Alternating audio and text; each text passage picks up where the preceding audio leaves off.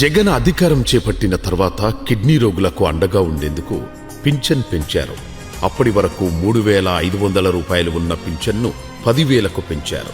Sompeta CHC dialysis సెంటర్లో 13 పడకలను 21కి, committee CHC dialysis సెంటర్లో 10 పడకలను 19కి పెంచారు. హరిపురంలో కొత్తగా 10 పడకలతో డయాలసిస్ సెంటర్ ఏర్పాటు చేశారు. అంతకుముందు టీడీపీ హయాంలో డయాలసిస్ రోగులకు 20 రకాల మందులే అందుబాటులో ఉండేవి.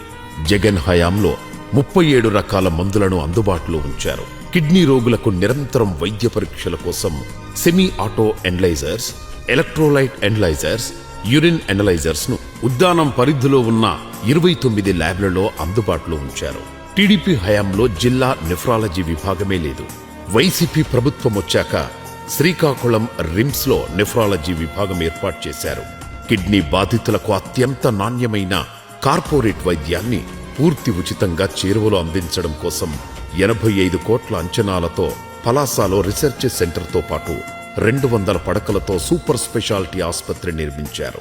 పింఛన్ పెంచి ఆసుపత్రి నిర్మించి సుజలధార ప్రాజెక్టుతో నీళ్లందించి ఉద్దానం సమస్యకు ఎండు కార్డు వేయాలని జగన్ ప్రయత్నిస్తే ప్రస్తుతం రోగుల సమస్యలను పట్టించుకోవడం లేదు.